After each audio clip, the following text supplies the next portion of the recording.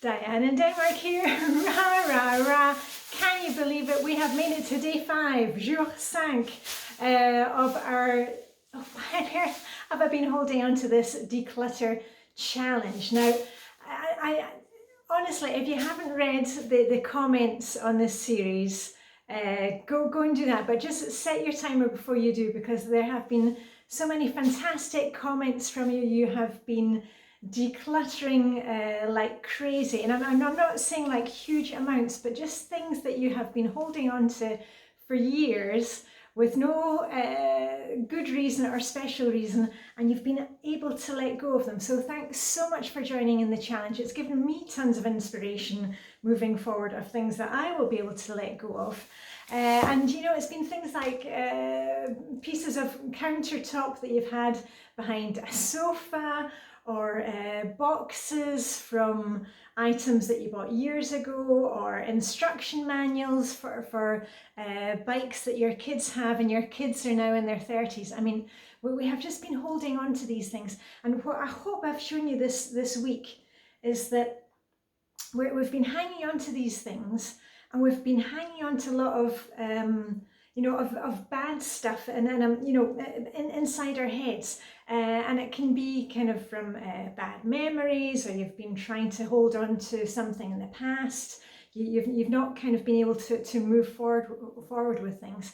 And I hope that you've also seen this week that just that very thing of, you know, we've been moving through the Flylady Zones, you know, also with all the zone decluttering that we do, you know, if you're following the Flylady system, just that very fact of being constantly made aware of what you have in your home, and being made constantly aware of what you have brought into your home, and now having to deal with it, that it actually, even if you're not getting rid of very much at a time, even if you're just doing, you know, just one item, even every week, it's keeping it on your radar, so that next time you're out a jumble sale or a thrift store, or if a member of your family asks you, do you want this item, or if you're out shopping, that we're really kind of thinking, do I want to bring this into my home? Do you have a space for it? Am I going to use it more than twice? You know, is it one of those just kind of, oh, and I want to have this item.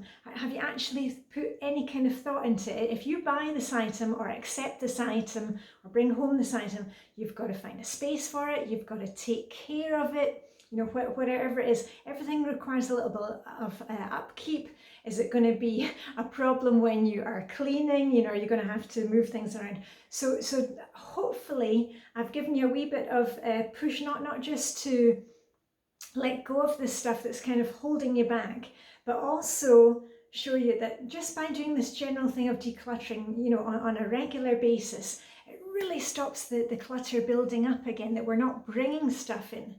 So anyway, I've got a few items to show you today. I'm down in the, I'm in my office in the basement today because the family are around. I've told you that this week is the Danish school's autumn week. So the family are around, that's why I'm hiding down here, because I never film when the family is around, and I do that because they don't want to be in the videos, and also I like to give them some privacy. You will never see me videoing you know, kids' rooms or their stuff. So you know, and please don't declutter other people's stuff. You can help them with the process, and we've talked about that before in a lot of the question answer videos that I've done. But you just work on your stuff, because I'm willing to bet that the majority of the stuff in your house, for most of us, is caused by us. You know, so don't go worrying about your other half, who's maybe got you know, 3 books on a shelf when you've got like 3,000 of them. So anyway, just start with your own stuff first. Anyway, let's go through what items I have for today. Now these are baking items which I have in a cupboard next door. Where we've got a basement down here where I keep, as you've seen, things like seasonal items, coats, you know, scarves, gloves, stuff like that, Christmas, Easter decorations. And I've also got a cupboard where I keep baking items and you know, machines and stuff that I don't use on a regular basis, but that can't be in our kitchen. And we don't have much space in our kitchen. But I found some items that I can let go of, and these are items that are not quite out of sight, out of mind, but they kind of belong to a former life that I had. You know, before I had kids, I really used to bake and cook a lot. And now, you know, I enjoy baking and cooking, but it's not my major thing. You know, I love winter bathing and I love my music. I've got my badges from when I was a kid. Anyway, I found these items. Now, these are, this is a brioche tin which has seen better days. I would not cook a brioche in this because it's kind of old and rusty. And I had been thinking, well, you know, I could put Christmas decorations in it. You know what, that's not my style of the, you know, kind of French style decorations in the kitchen and an old brioche tin. So this is probably going to one of my friends who does kind of collect this kind of stuff. I've also got a pudding basin that I bought from Lakeland years ago when I was into steaming puddings. The family doesn't like steamed puddings. That was from a former life. Actually, that's more one of these items that I thought, oh yeah, I need to have one of those. Used it about 3 times and then ended up in the back of the cupboard.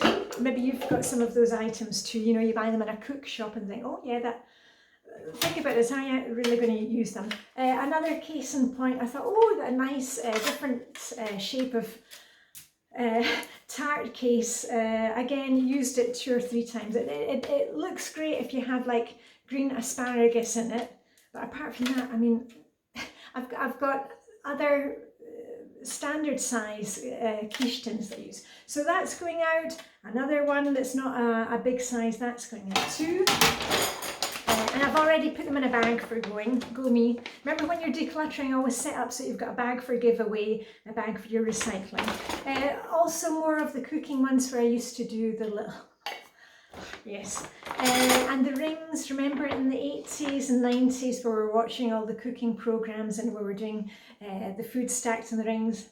Okay, that belonged to my days when I worked in Luxembourg, and I can't remember the last time I stacked things in there. And please don't start saying, oh, but you can use them for shaping eggs, you know, fried eggs in a pan.